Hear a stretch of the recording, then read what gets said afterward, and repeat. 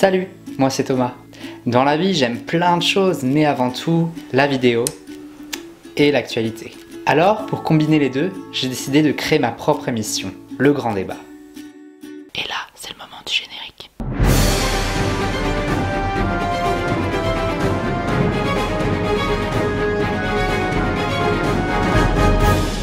Le Grand Débat, c'est discuter tous ensemble d'un sujet qui fait l'actu, avec des questions tantôt légères et amusantes, et des questions tantôt sérieuses et importantes.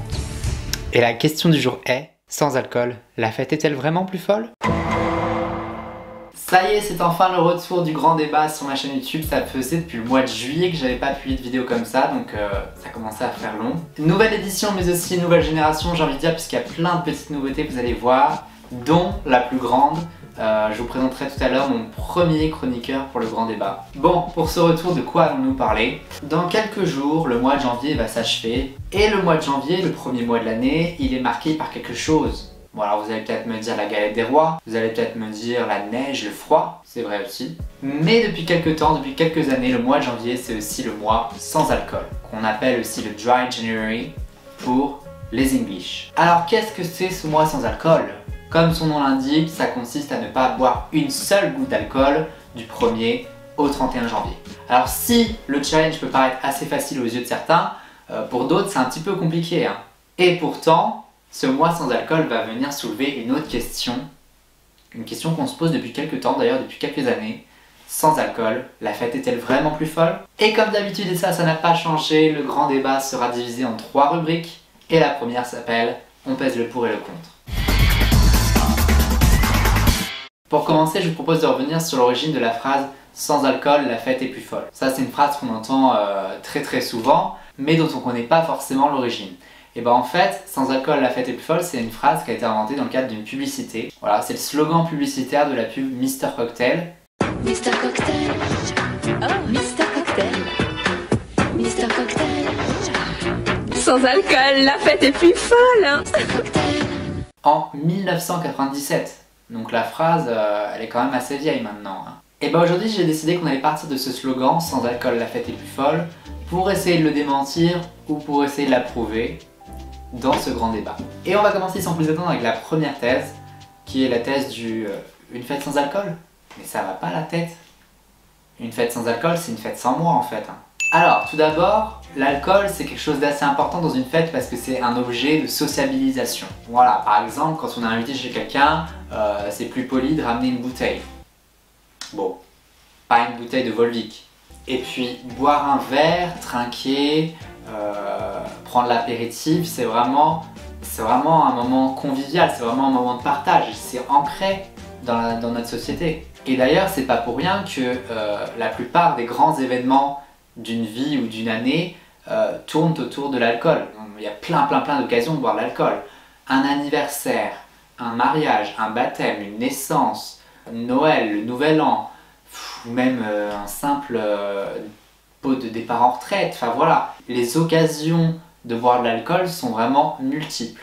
Ensuite, au-delà d'être un objet de sociabilisation, l'alcool c'est quand même un objet très culturel, surtout dans notre pays, surtout en France. On est fier de notre terroir et donc on est fier de l'alcool qu'on produit. Voilà, en France on produit bien évidemment du vin, du Bordeaux, du champagne, du Calvados, du cidre. Enfin voilà, on peut dire aussi qu'à l'échelle internationale, l'alcool ça va nous représenter. Ça nous représente de même sorte qu'un vêtement, qu'un habit, qu'une coutume, qu'un plat, qu'une musique. Enfin vraiment ça va faire partie prenante de la culture d'un pays. Par exemple, je ne sais pas si vous vous souvenez, il y a quelques temps, pour parler de l'Espagne, j'ai fait une vidéo dans laquelle on faisait une recette de sangria. La sangria, ça fait vraiment partie de la culture espagnole. Au-delà de la représentation de l'alcool, on peut penser aussi à la personne qui va en soirée, qui va à une fête et qui ne boit pas. Cette personne-là, si elle est avec des personnes qui boivent, elle va souvent être considérée comme la personne un peu rabat-joie. Et d'ailleurs, cet argument va nous faire penser au personnage de Sam. Sam, celui qui conduit, c'est celui qui ne boit pas.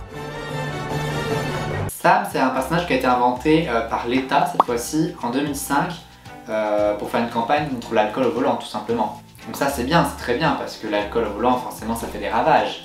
Mais est-ce que cette personne qui va faire le Sam va pas se sentir exclue de la soirée?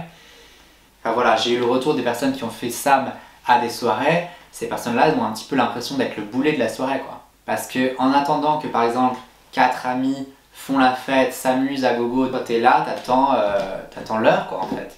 En fait, pour terminer sur cette thèse, on peut se demander tout simplement mais pourquoi est-ce qu'on boit de l'alcool? Certains diront pour oublier, pour relâcher la pression, d'autres pour célébrer. Enfin, il y a plein de raisons en fait de boire de l'alcool. Mais il faut savoir que dans toutes les boissons alcoolisées, il y a ce qu'on appelle de l'éthanol. Là, je vous préviens, ça va être la minute science, donc accrochez-vous bien. Donc l'éthanol, c'est la molécule de l'alcool par excellence, parce qu'en fait, on l'obtient à partir de la fermentation d'un fruit ou d'une plante. Et donc, quand on va boire l'alcool, cet éthanol, il va se répandre dans notre sang, dans tout notre corps et remonter même jusqu'au cerveau. Dans le cerveau, il va y avoir ce qu'on appelle une libération de dopamine. Et la libération de dopamine, ça va faire comme un signal de récompense dans notre tête. Et donc, ça va provoquer une sensation de bien-être, d'apaisement. Donc, en ce sens, on peut dire qu'effectivement, en buvant de l'alcool, on va passer une meilleure soirée que si on n'en consommait pas en fait. Pour beaucoup d'entre nous, d'ailleurs, l'alcool désinhibe. On va se sentir plus dévergondé, plus libre, plus soi-même. Voilà, sans alcool, on n'irait peut-être pas au milieu du dance floor, au milieu de la piste, en remuant notre popotin sur du Aya Nakamura peut-être. Ceci dit, et on va basculer sur la thèse opposée qui dit que la fête est plus cool sans alcool, parce que vient la question de la modération. Je vais vous le rappeler, il faut consommer l'alcool avec modération, l'abus d'alcool est dangereux pour la santé, et surtout le binge drinking. Le binge drinking c'est quoi? C'est comme le binge watching, c'est consommer à une vitesse grand V. Parce que quand on va boire trop d'alcool, et ça rejoint ce que je disais tout à l'heure, ça va faire ressortir des émotions différentes. Alors si c'est du vin, apparemment ça nous détend, mais si c'est des alcools de type plus fort comme le whisky, la vodka, ça va faire ressortir des mauvaises émotions en nous.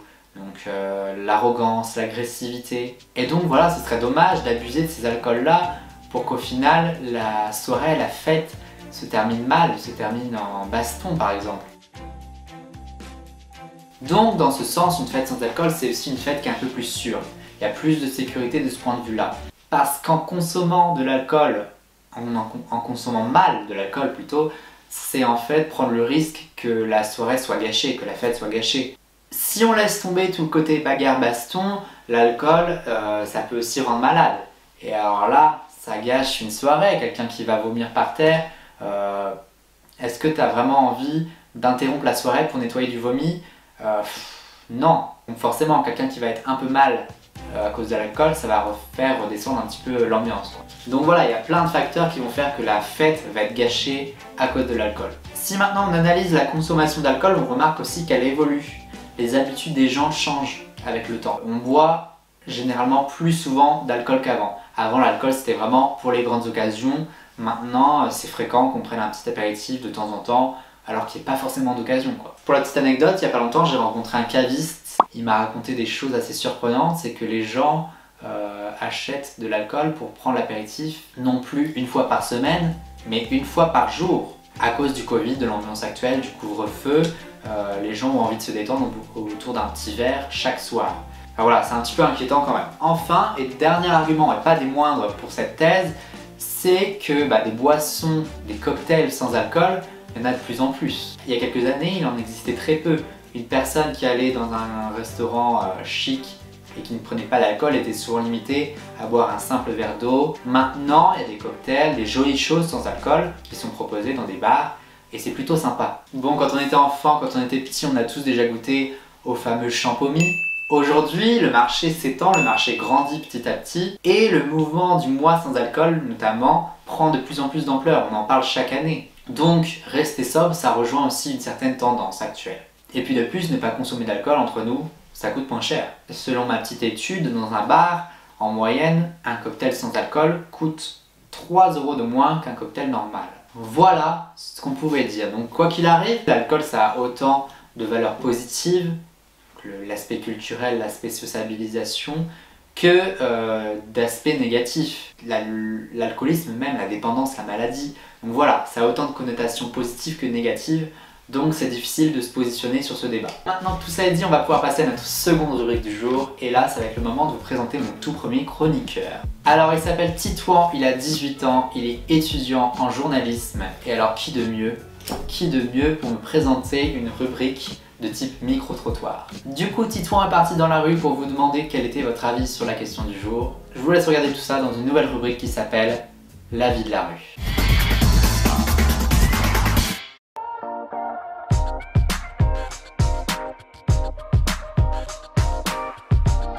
Aviez-vous connaissance de l'existence du mois sans alcool qui se déroule tous les ans en janvier? Pas du tout. Oui, bah comme tous les ans, je crois que c'est en janvier qu'il y a ça, ouais. Ah non, non, Vous non. saviez pas du tout que ça existait? D'accord. C'est bien, c'est ça. Voilà. Et est-ce que vous... C'est un mois de prévention, C'est ça. plus ou moins. Exactement, oui, c'est le but. Un petit peu à la télé, dans des petits trucs comme ça. Une opération soutenue par les associations de prévention en alcoolologie. Un mois sans alcool, ça donne des bénéfices immédiats, c'est-à-dire qu'on se sent mieux, on dort mieux, on est plus concentré, on a aussi la peau qui redevient lisse, tendue. Si vous en aviez ou non connaissance, le faites-vous?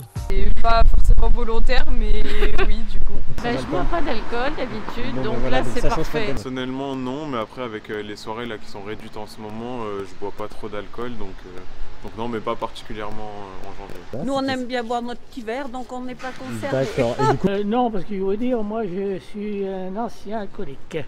D'accord. Et donc il y a très longtemps je suis guéri. Donc tout ce qui est l'alcool, je suis pas bien.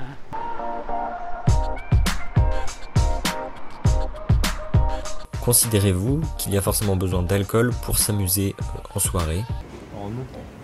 Non, en fait, il faut très bien s'amuser sans alcool. Oh bah la fête sans alcool c'est quand même pas terrible, je suppose. Hein, on est moins gai quand on boit pas, mais bon, pourquoi pas.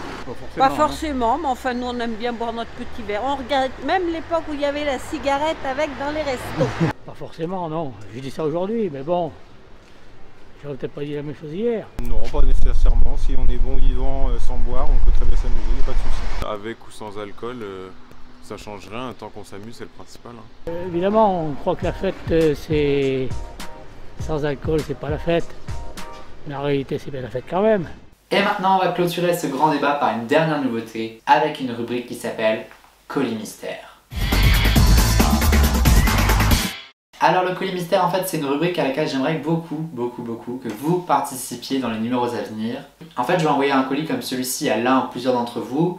Et l'idée, ce sera de l'ouvrir déjà, évidemment. Mais aussi de le regarder, de donner son avis sur l'objet, parfois même de le tester. Enfin, voilà, c'est simple comme bonjour. Donc si jamais vous avez envie de participer à un des prochains numéros du Grand Débat, et notamment à la rubrique du colis mystère, n'hésitez pas à me le dire en commentaire ou à me contacter, enfin voilà.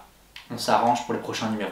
Mais bon, pour cette première, c'est moi-même qui vais ouvrir le colis, comme ça je vais donner un petit peu le là, je vais vous montrer comment on fait. Voilà.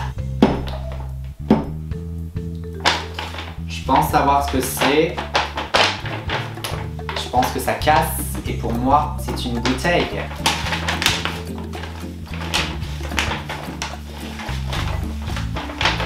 Évidemment que c'est une bouteille. C'est une bouteille de rosé. Sans alcool. Donc apparemment c'est fruité, hein, donc apparemment il y a des notes d'agrumes et de fraises écrasées à consommer avec gourmandise. Bah écoutez, je vais le tester. Hein.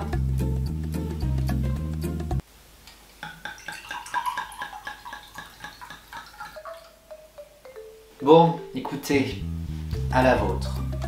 Déjà sur l'odeur, je suis plutôt impressionné parce que ça sent vraiment la boisson qu'on a l'habitude de consommer.